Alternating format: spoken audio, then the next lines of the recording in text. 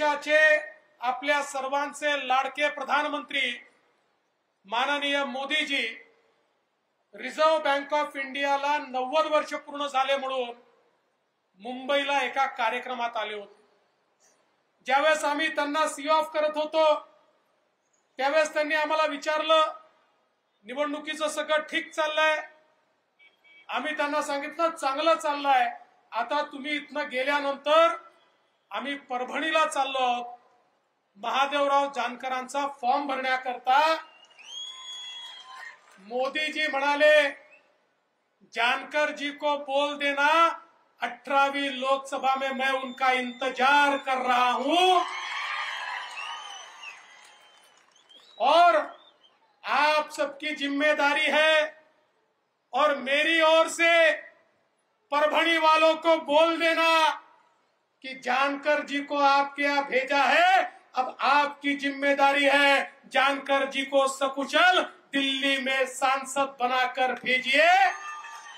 मोदीजींचा संदेश तुमच्यापर्यंत घेऊन आज मी आलेलो आहे।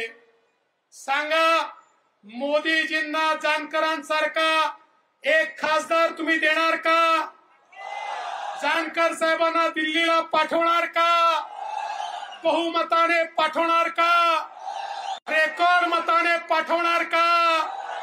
मग मी तुम्हाला सांगतो महादेवराव जानकर मूर्ती लहान कीर्ती महान आहे। 5 वर्ष माझ्यासोबत मंत्रिमंडळामध्ये मंत्री म्हणून काम केलं।